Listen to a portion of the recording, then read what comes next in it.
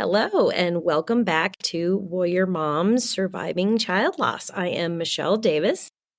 And I am Amy Durham. It's so good to have y'all here. And we actually have, a new mom. I shouldn't call her a new mom, but she is a relatively new mom to our group. And, I hate that she's here, but I'm thankful she's here at the same time.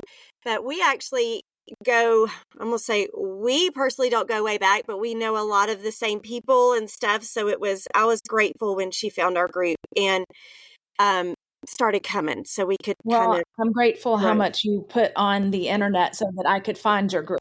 So.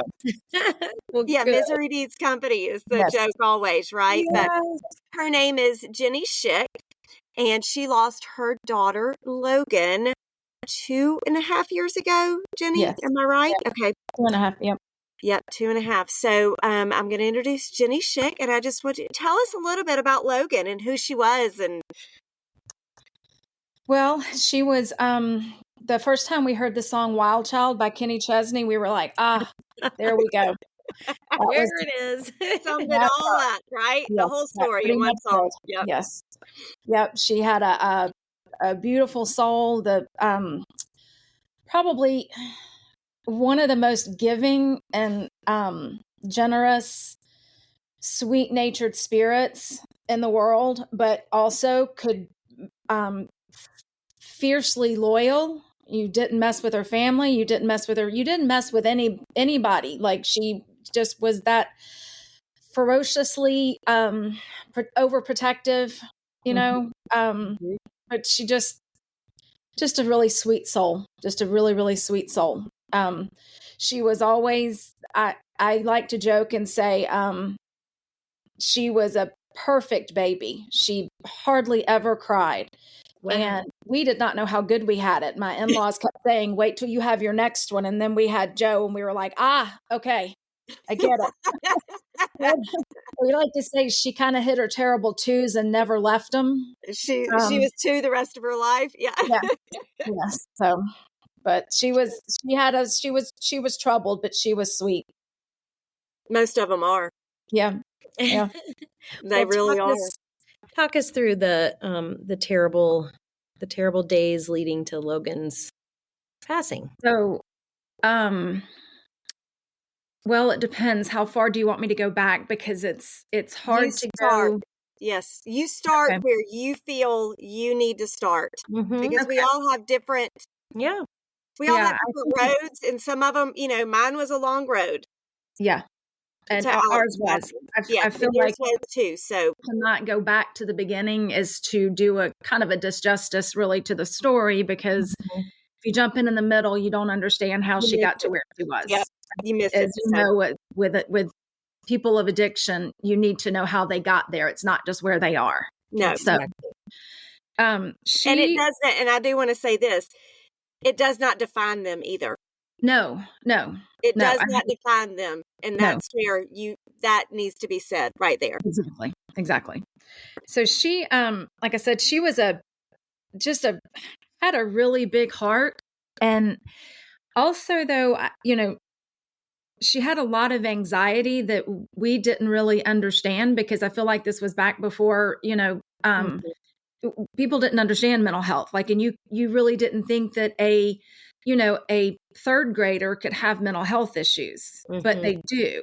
And one story, when she was in third grade, this little boy kept asking her to a dance that they were having, and she did not know how to tell him no. It got to the point she wound up with a stomach ulcer because it upset her so badly, because she didn't want to hurt him, but she didn't know how to turn him down without hurting him. So it just turned into a whole thing. We actually had to go to the principal's office, and the parents had to come in and tell him to stop, leave her. Anyway, it was kind of crazy. But even in that moment, I'm just like, well, she's just overreacting, Well, she was also diagnosed with ADD. And this was also, back before we really understood what ADD medication does to a tiny brain. Mm-hmm. And, all the emotions that she would be feeling, she's on this great high and then she's down here. And, as adults or even as older teenagers, if you take something like that, you understand why you're here, how you go up and down, you understand that. But to a third grader, it's what's wrong with me? Why do I want to sit in the corner by myself and not talk to anybody? Yeah. So those were some of the issues that she struggled with early on. And as she got older, she always felt like she felt like she lived in her little sister's shadow, because Jordan didn't have those issues and didn't struggle with any anxiety, or she could walk into a room and talk to everybody, whereas Logan needed to wait on people to talk to her. Mm-hmm. So she always kind of struggled with that too. And somewhere I started noticing like it was never good for her to be in a group of 3 girls. It needed to be 4. Uh-huh. You know what I'm saying? Having a dog, you know how it is. They need to have that. If they feel they're being ganged up on, even if somebody laughs at something, that's minor, she would just be all hurt. And so anyway, she, as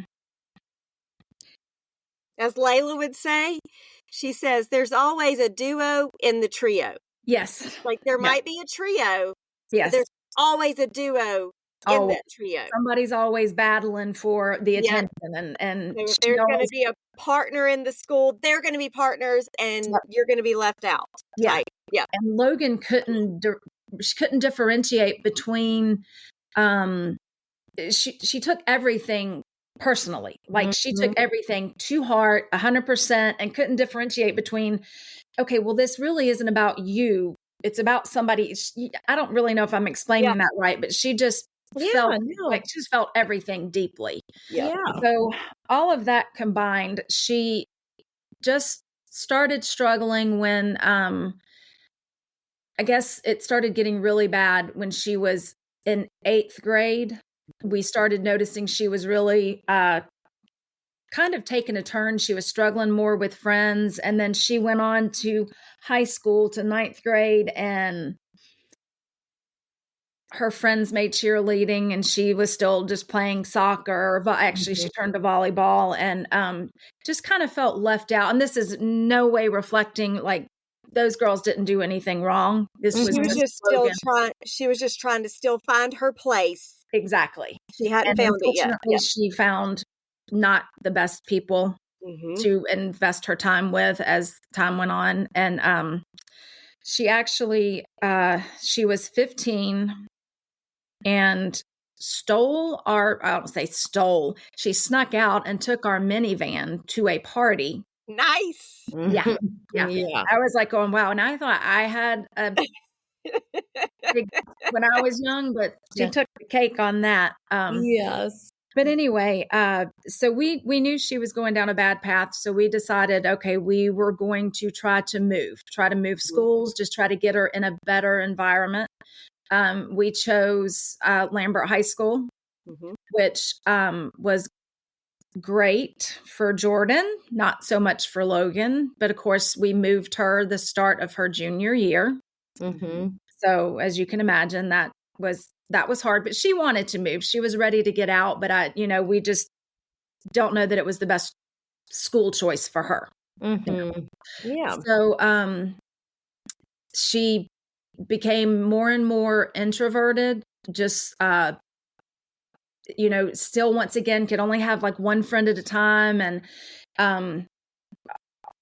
her and Jordan became best friends for that first year until Jordan got a boyfriend, and they just kind of started, I don't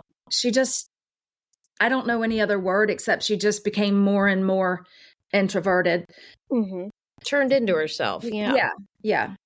So, cut to she graduates, and I knew that something was bad because she, Logan had always, I don't want to say she struggled with her weight because she wasn't ever heavy, but just not petite, for lack of, I don't really know how to describe it. But when she graduated, she was 5'7", and I bet she weighed 100 pounds. Oh, goodness. So, I'm thinking, okay, is she upping her Vyvanse without me knowing? And I was keeping it, I wasn't like, I doled it out to her. I didn't just let her have it. So I don't know. I guess hindsight's 2020. You look back and you see all the signs, but right then, at the time, it was hard. Yeah, I couldn't see it. I just, because you never think, I knew she was smoking weed, but you never think that they're doing the hard stuff. Like you just, it never crosses your mind. And, it's not because you don't think that, oh, she would never do that. You're just thinking, she's a senior in high. Where would she even? Yeah. And where would that even come from? Where would she even know about this? Yes. And I could not imagine. You just can't imagine that your kid is doing that. Yes. Like, I just call it I don't know. I just couldn't fathom. But so she graduated in 2015, and in 2000, my dates get so blurry. Yes. I want to say it was 2000. Jordan graduated in 17. I think it was 2016 was her first time in rehab. And she came home, and she finally had admitted that she was doing Xanax. So she had not gotten to the really, really, really hard stuff, but that was hard enough. And she couldn't come off of it by herself. So she came home, and she was having withdrawals. And I'm going crazy. I'm calling whoever I can. So I find her a place. Well, before she goes, her sister came and saw her. And I'm sorry, I said 2016. It was 2018. Jordan came home, and they sat out in the car and talked. And Jordan left, and she came in and she said, well, Mom, she said, I promised Jordan that I would tell you this before you take me to Mount Sinai. Come to find out, she had been raped when she was 15 years old.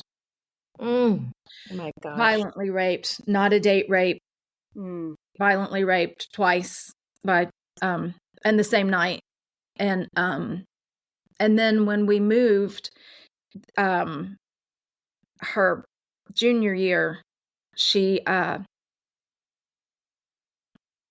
was date raped. She passed out, and she woke up with the guy taking advantage of her. Oh my. And so you just take the years of the trauma and everything, and now you're adding real trauma. And she couldn't handle it. And so she had been self-medicating all those years. And, the more you self-medicate, the more you self-medicate, the more and more you take. And that was, I know that she was doing, Xanax was the drug that she did. She had not yet stepped into heroin. She went to rehab. She came out, and this part's foggy. I don't know if it was maybe 2 months, I think, that she stayed clean. And she went into a sober living, which, again, you learn things, those are just, it's just a place for them to. Some of them are good. And some of them are not. Some of them are good. Yes. And just for our listeners, our sober living is where basically when they come out of a treatment center, it's supposed to be a safe haven where they're kind of living with a group of people with like a house manager that oversees them. They go to meetings, they work jobs, they do this type stuff to be able to get back on their feet and transition back into quote unquote the real world. Right. And there are some good that are very manageable and managed, and the people there are all working towards the same goal. And Yep. then there's others that are introducing you to new things Yeah. that you shouldn't be introduced to in those Yeah. cases. So Yeah. it's when in the recovery or in the, what's this called? Addiction world and the treatment centers and stuff like that, there are differences in that. Yeah. It does matter. Yes. And you definitely have to, I did my research on the rehabs, ignorance. I just didn't know, I thought it's a sober living. What could possibly, they're monitored. Well, again, some do, some don't. Unfortunately, she was in one where they didn't. So, she relapsed and, she started dating a guy that, was also, an addict, but was recovering. Of course, they relapsed together, and so Xanax is expensive, heroin is not. So when they ran out of money for Xanax, they went to heroin, and I say they. First time Logan took heroin, she did not inject herself. She was actually Assisted by someone else. She was assisted. She was not coherent enough to say no, to understand what was going on. Wow. And he injected her. And, from that first hit, It's highly addictive. And yeah. I've always heard it's one of the most addictive, and it's, besides alcohol, it's the most dangerous one to come off of. Yes. Yeah. You could die coming off of either alcohol or heroin. Without, opioids is what it is. So, yes. So we spent the next 4.5 years in and out of rehabs, in and out of sober livings. She went from Georgia to she found a place down in Florida she wanted to go. We switched insurance, got her moved down there with her grandparents.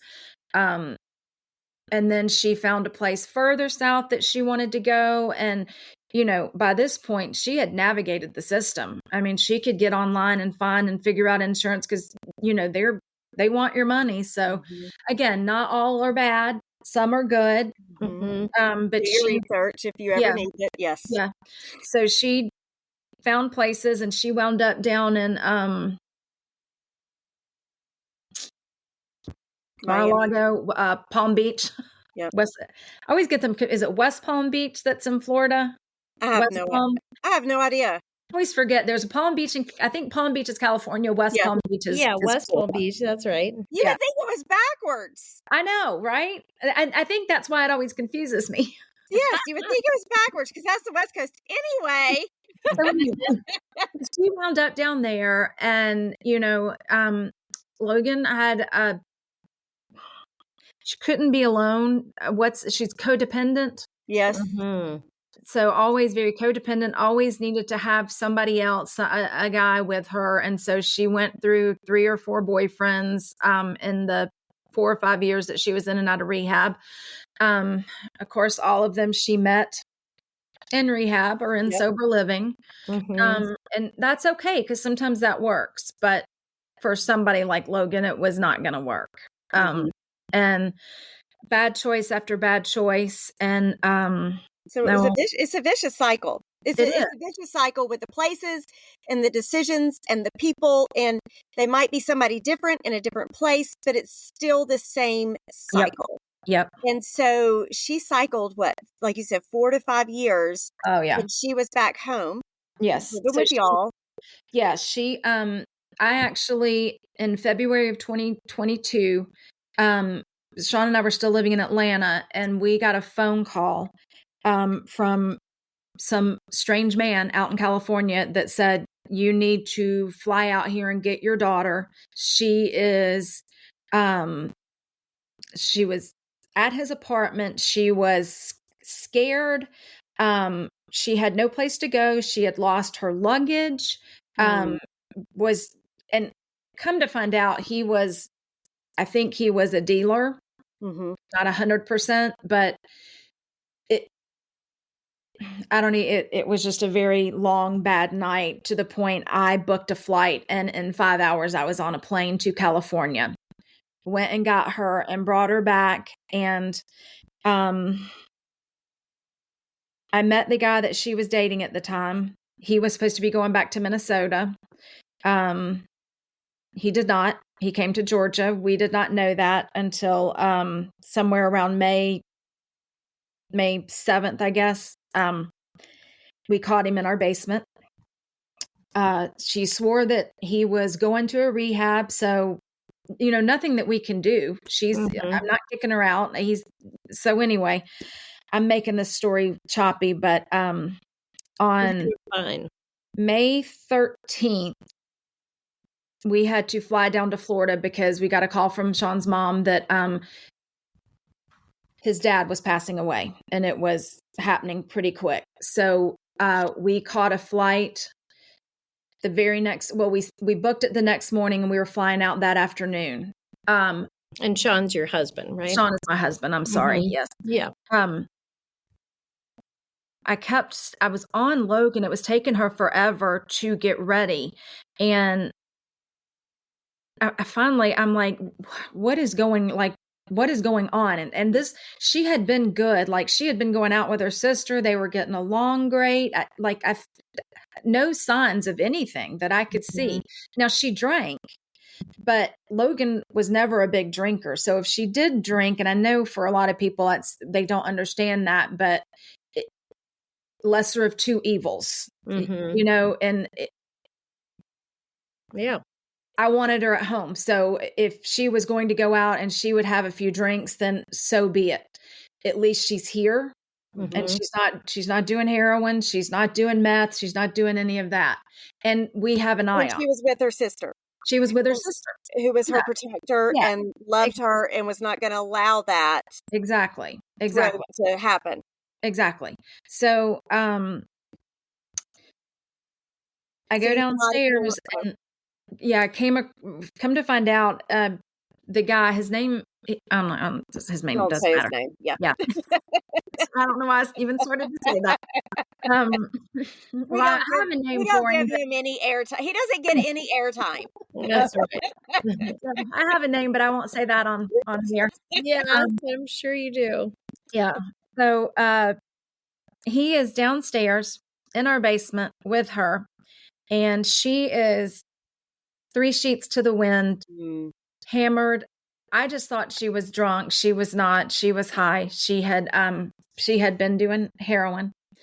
And we have to get her on a plane to Florida. So we finally do. We go to Florida. Sean's dad passes away. We come back on May 21st. Sean and I go out to a concert.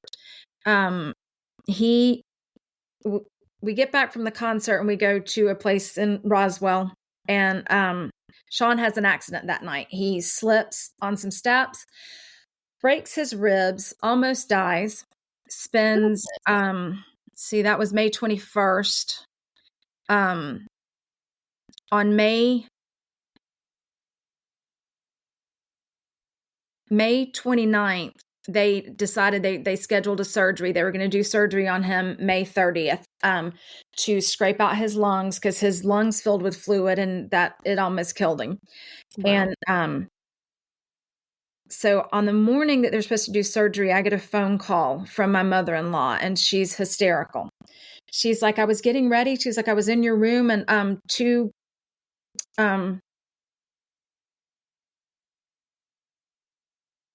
sorry. You are fine. Take a breath. It's hard. 2 EMTs came into my bedroom, and they were like, do you need help? Do you need medical help? And she was like, what are you talking about? And they were like, we got a phone call that there was an unresponsive 25-year-old in the house. So my mother-in-law knows. So she is like, oh my God. So she takes them back down all the way to the bottom floor, and they're trying to open the door. It's locked. And so they burst through the door, and Logan was laid back on the bed.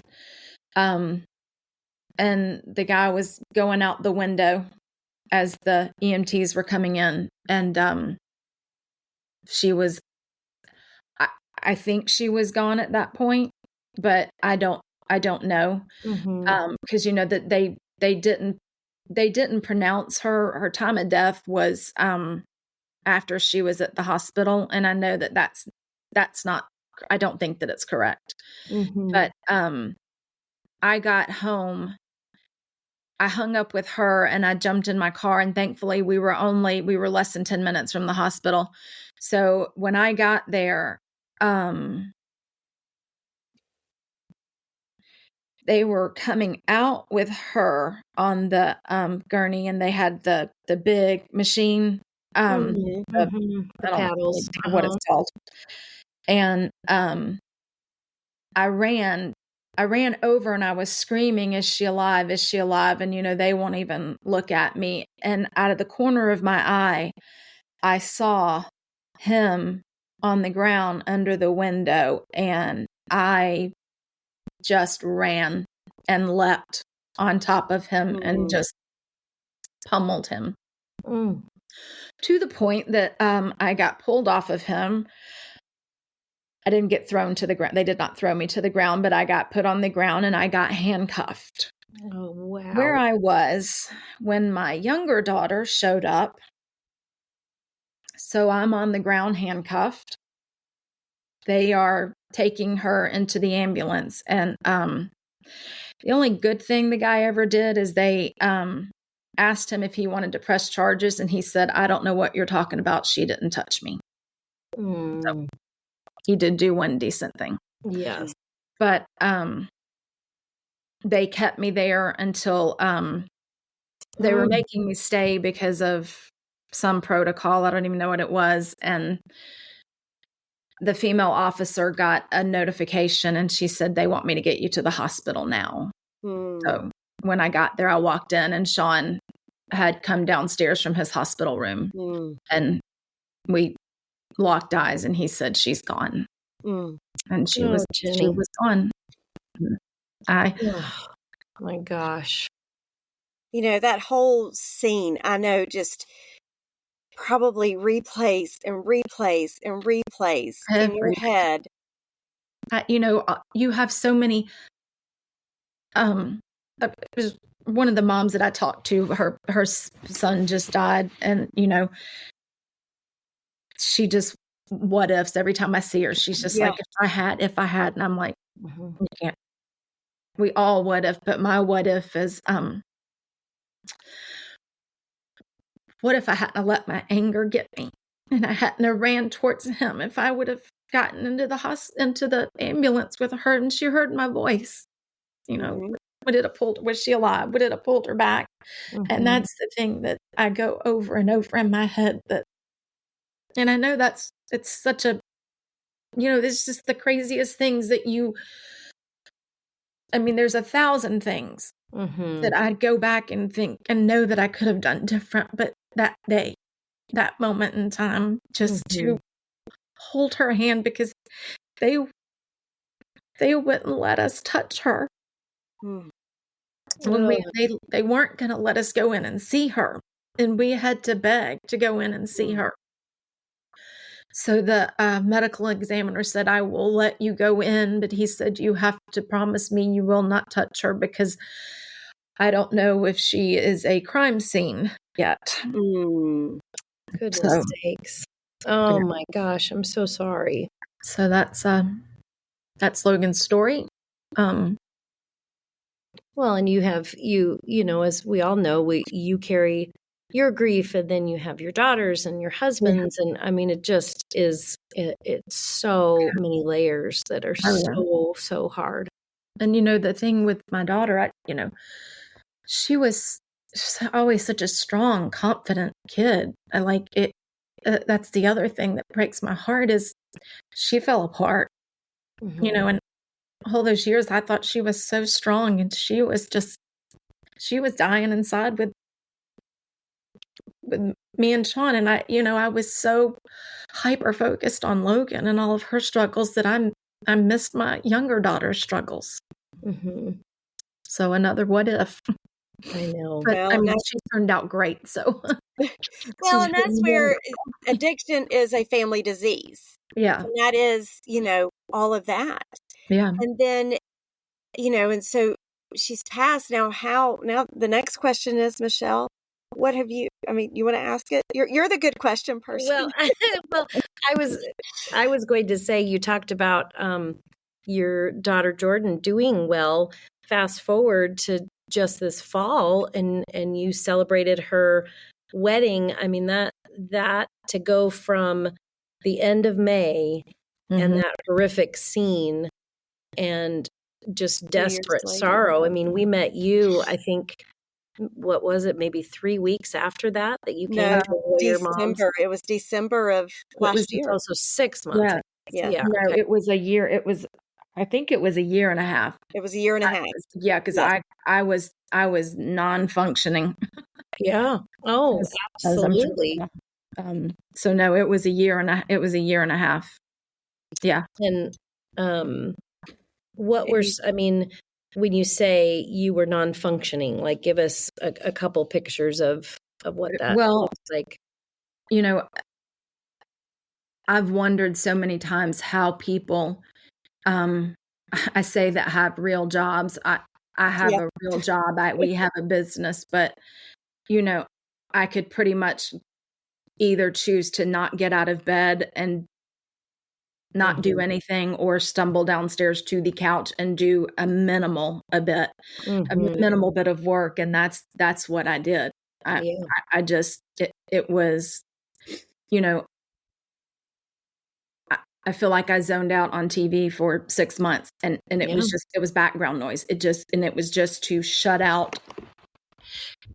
I'm sorry, I'm going to shut the bedroom door. It was just to shut out the noise in my head. Yeah. Because I couldn't stand myself for, you think I let my kid down. How did I let this happen? Right. So I just, I could go out and I could see friends, but then I would be immobile for just days, just not moving. It took everything out of you to go out and see friends. Yeah. Yeah. And act like you're okay, or were you, did you act like you were okay, or were you just like, no, I don't think I acted like I was okay. And I'll just be brutally honest. Wine got me through a lot. Because you didn't feel. I didn't know. And I didn't want to feel. And that numbed it. That really numbed it. I struggled with a lot of things. Well, and I was headed down the self-medicating path. So what was it that that got you out of that, or that took you to some healthy strategies instead? I don't know if I'm there yet. Yeah. Well, we all have these moments, right? I think Jordan getting engaged, I know that focused my mind. So I could think about that and have that joy to look forward to. But Sean and I have both said since the wedding, we've just plummeted a little bit, because, you have that to look forward to, you have all that. And I knew I had already prepared myself that when that's over, oh dear. Sorry. You're good. No, you're good. You can still hear me. Yes. Yeah. So new to this. You're fine. I love it. We've figured all that out like a year ago. Yeah.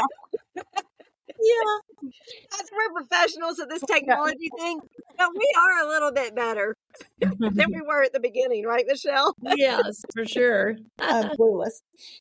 But anyway, I focused on that, and God love her. She is amazing. She planned this incredible wedding, and people, are like, how did you do it? How did you? And I was like, well, she just pointed a finger and said, Mom, do this, do that, do this. And I did it. And she knows me well. She knew what I could handle and what I couldn't handle. She knew that I would procrastinate. She knew that, Yeah. She knew me. So she never gave me more than I could handle. Mm-hmm. Just enough that I was part of it and I could occupy myself, occupy Yeah. my brain. Yeah. So and the pictures are absolutely stunning. I know. And Oh, she researched and researched and researched, and she had a very specific, and that was just like the preview. mm-hmm. Y'all hadn't even gotten all of them back Oh, yet? All the no, pictures? Oh no. my I God. haven't even seen a picture of myself other than what my friends took, because they just sent us pictures of the bridal party. Uh-huh. They did the video too, and they do like a kind of a cinematic video. So I'm super excited. But Yes. How did you get through the day and kind of honor that grief of missing Logan and knowing she would be right there with Jordan? And how did you get through that day? So she was very generous, and by she I mean Jordan was very generous with what letting me have. I needed to have certain things to feel like Logan was there. Mhm. But I also, I didn't want to overtake Didn't want to take her day away. Yeah. No. But she was very gracious with saying, Mom, if you need that, we'll do that. Mhm. So, and the day is so frantic, so you almost don't have time. But we had chairs that were draped, and we did it on both sides because her husband had lost. It's so weird to say her husband. Nobody used to You say have a son-in-law. Yeah. my son-in-law. He had lost. You sound old, Jenny. Uh-oh. I know. God, it's so weird. So weird. But You're so like a happy. grown-up or something. Right? Exactly. So we had chairs, 2 empty chairs on each side with drapes over them that had the names. And Jordan's best friend growing up, she lived at our house from the time she was 5 years old because they played soccer together. So she's like my third daughter. When she came down the aisle, she had an extra bouquet that would have been Logan's bouquet. So when she came down, she stopped and put the bouquet in. Stop it. And Jordan's maid of honor had made us these beautiful little pins with pictures. And then I had surprised Jordan and Sean. I found these little vials for their ashes. And so I gave them both on the day of the wedding. So I told Sean, I said, you can still walk Logan down the aisle. Oh my. Yes. We did that. And then we had a table at the reception. And then we have a song, Sweet Caroline is our little family song that I would never tell you the story to it because it's just bad parenting 101.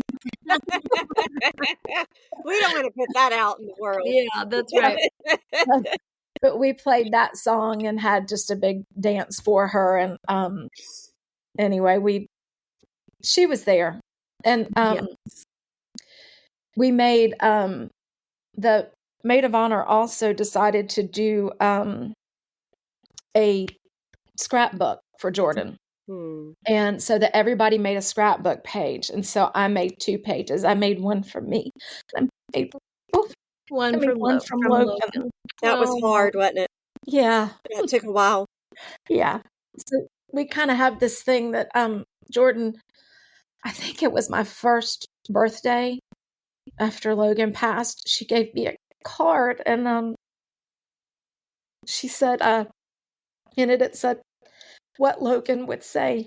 And then she had these she would tell you to be happy. She would tell, Yeah. So I've kind of kept that on, when I give stuff to her, what Logan would say. I love that. Oh, precious. And then I also had our little teddy bear. Logan's ashes are in here.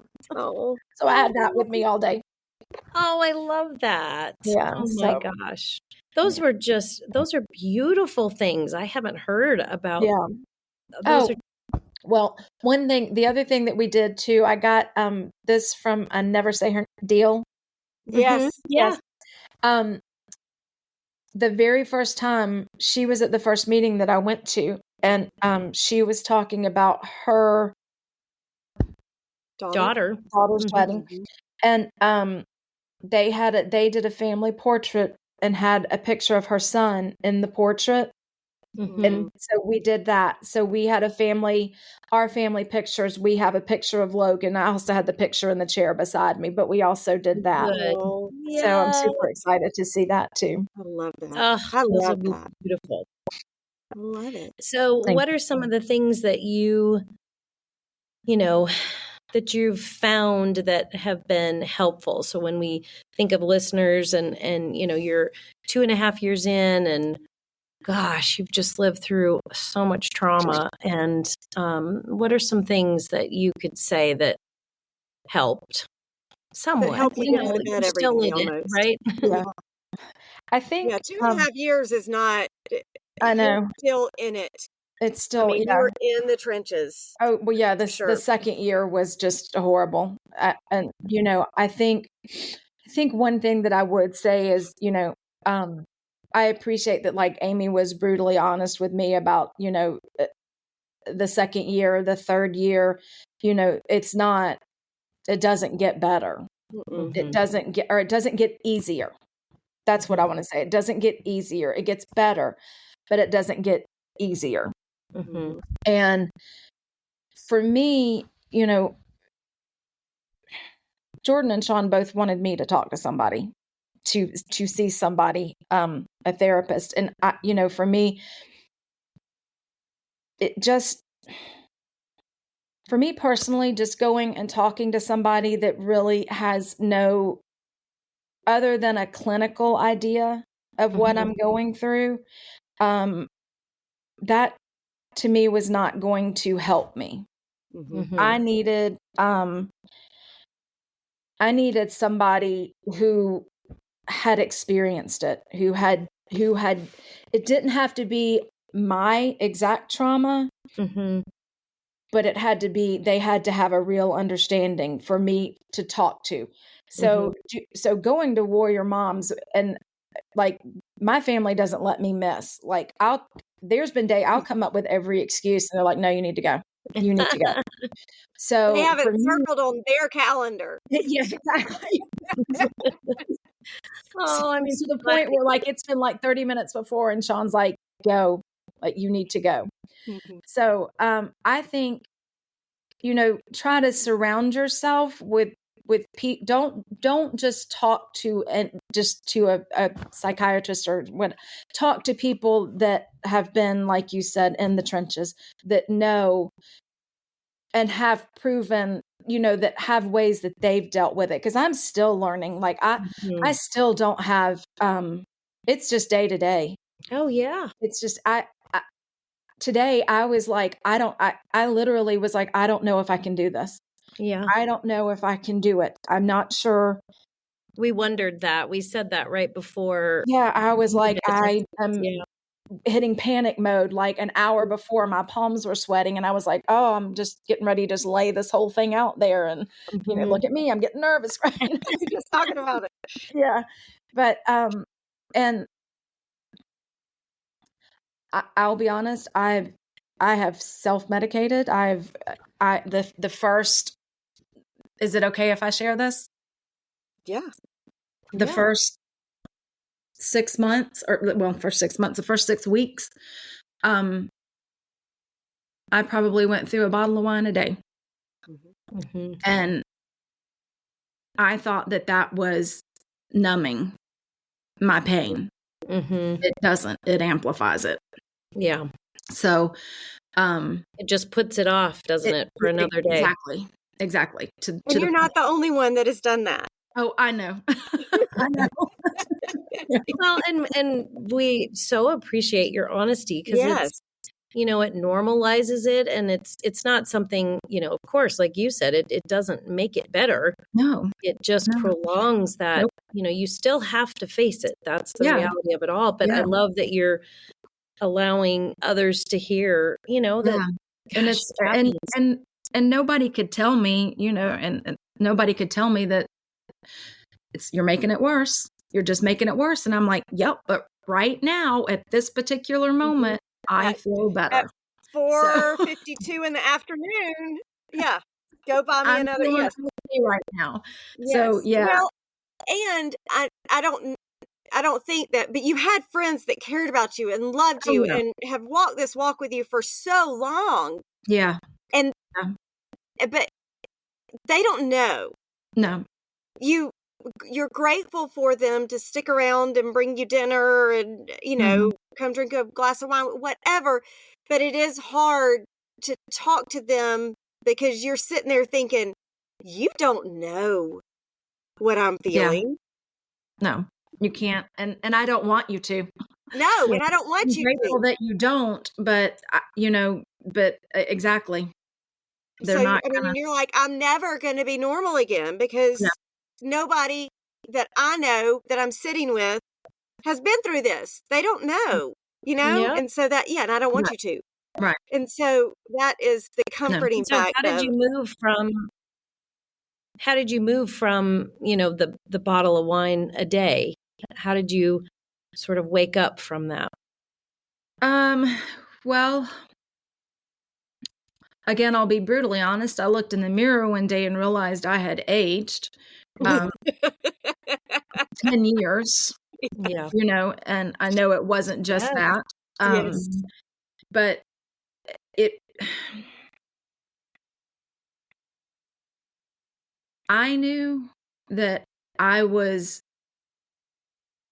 because of what I had, I think I got scared that Mhm. I could be permanently self-medicating. Yeah, that you And could follow Logan. Yeah. exactly. Mhm. And I will say a lot of it to Jordan. Mhm. It wasn't fair to her, hmm for me to be. She's scared to death she's going to lose Sean or I. Like, she has a great fear in that, and Mhm. I couldn't do that to her. hmm So Yeah, if you can control something, that's yeah, one thing you can control, right? yeah, yeah. Yeah. So, but Well, not that there's not days that I still don't. yeah. right. But Yes. it's just day by day. And that Mhm. is, I mean, we have a common theme between Michelle and I is you have to make a choice every day. Yeah, Mhm. It's just like an addict. You make it a is. choice every day to have a good day Yeah, or to be present that day yeah, or, to get out. Mine was to get out of bed and like yes, people. I had to people Mhm. sometimes. yeah, Yeah. yeah. I still, there are days where, and Sean and I both do it. There are days where, we just look at each other and we're like, we're not doing anything today, are we? Yeah. Mhm. Yeah. We're not. It's just can't, just Yeah. gotta. Yeah. You don't even have to talk to me. Mm-mm, Yeah, I Like, mean, we don't even have to talk, no. we're just 8 years into it, and we still have those days. I mean, it's Yeah. just you're always going to. The missing is never going to go away. It's just No. never. It's just such heartache. But it does get fewer. The days get fewer that you Yeah. need to sit still or to stay in bed for sure. and they're not as drastic, I feel, too. Mhm. Yeah. Like, Yeah. they used to be, like, drastic and days on end, and now it's just, like, Yes. 1 or 2 days instead of 4 or 5 days, and then Mhm. Exactly. Yes. I think, to go back to your question, I think another thing that we just did it for her 2-year, but it's kind of you know I felt like on her birthday and on her Angel Day. Angel Day that we had to, go sit somewhere and let balloons go and listen to sad music and cry. And because that just seemed like what we should do. And Mhm. so this past year for her 2-year, Sean was like, he's like, I don't want to go sit at the lake, listen to music and cry. He's like, and I was like, but I need to feel. I need to, Mhm. make sure that she knows that I'm down here feeling sad. And he's Mhm. like, why? What would she really want? She would want you to celebrate. He's like, let's go to Stone Mountain. And I was like, are you insane? Are you Yeah. serious? He's like, yes, we're going to Stone Mountain. So I was like, he's like, don't you think Logan would love that? Didn't she love the laser show? I was like, she did when she was little. Yeah. So we took our balloons, we took our little radio, and had just, just had her, our family and her couple of best friends, and watched the laser show. We played her song and we let the balloons go. And then we decided for her birthday, or I think next year we're actually going go-karting. Oh, cute. So for her birthday, we still do, I think we're going to do the same thing that we've done. But, I think my point is you don't have to just sit and be sad on that day. Do something that celebrates them, that they would enjoy. And that, it was so wonderful this year doing that. Like, it's just not something I would have ever thought. But yeah, I would, go do something they love. Don't I just love that advice. Yes. And it evolves. Like you said, it just kind of organically happened. Yeah. And then now you're like, oh, she would love to roller, Exactly. I think we talked about the go-kart, and I was like, oh, there's like professional, like fast ones. Yes. Yeah, I told Sean, I was like, that's what we're going to do. He's like, honey, he's like, I don't think we need to do that in December. We might want to hold that off to her Angel Day. I was like, you know what? That's a good point. Karting in December might be a little cold. Oh, yes. Oh, no, thank you. For sure. Yeah. Oh my gosh. Well, thank you so much, Jenny. I just, you were so vulnerable and honest, and I know you miss that sweet and generous, sweet girl of yours. Thank you. And we're so sorry. And we're, we hate, like Amy said, that you're in our group, but we're so glad that you found that, we're in this together. I'm so grateful. You guys have helped me so much. And I'm just. And you help us. Well, thank you. I mean, we're in this together. I mean, we say it cliche like, but we are in this together. I mean, like, we all learn from each other and we support each other, and just, and it, looking back to 2.5 years ago, or when I was 2.5 years out or something like that, I think back to where I was and where I am now. And I'm like, I'm grateful that I've chosen to continue to make that decision. Yeah. To honor and to live. Yeah. Yeah. And you're doing the same thing, and it makes me proud of you and proud of all of us. Yeah. To continue. Yes, there's bad days. Yeah. But and I remember that, one of those meetings, and you were talking about you just couldn't imagine even going to Jordan's wedding, and how would you even possibly make it through your day? And I look at those pictures, and it's just, I mean, I know you had such sad moments, but there is so much joy on all of your faces, and I'm just so happy. It was, and it, I'm going to tell one last really fast story, because I hope that she listens to it. My best friend, and it would be Jordan's friend Bailey. It's her mom. She, her son got married a few years ago, and we when she was coming down the aisle, we joke and we say it was really funny because all of a sudden she's doing the ugly cry. Y'all know what the ugly cry is. It's like she up and saw her son started doing the ugly cry. And I was like, God, no matter what, please do not let me do the ugly cry. Yes. That's all I need. Just the day will be successful. Exactly. I can just get right. So we're getting ready to walk, and Sean's brother walked me down the aisle, and we kind of came around the corner, and two of my friends were sitting in the back, and Jordan, it was a phone-free wedding, supposed to be. You were not supposed to have your phone out. Yeah. And lo and behold, of course, two of my closest friends are back there in the back with the cameras held high, recording.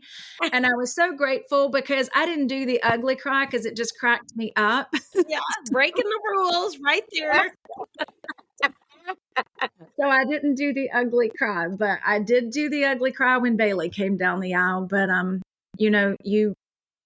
I didn't know how I would get through it, but, when you lose one and you get to see the other one filled with joy and marrying the love of her life and marrying quite possibly, I'll say, the second sweetest man on earth. Yes. Then if you find a way to get through it. Yes. Well, I'm just so glad. Oh, I'm And so I can't wait grateful. to see the rest of the pictures. I know, me either. Y'all will see them for sure. Yes. Well, thank you again for coming on. And Thank you. yes, we so And appreciate it. sharing your soul. I Thank know you. it. I appreciate you guys having me. And if it, Yes. And we'll see you soon. Just a yes, next week. yes, I will be there. Day after my birthday. So, Yes. Well, happy birthday early. You're going to be you. 36? I am. How'd you know? I love it. Oh my gosh. I wish. Thank you. I know. And thank you all for Bye. listening We'll out see you there. soon. Thank you. Bye, guys. Yes. Bye.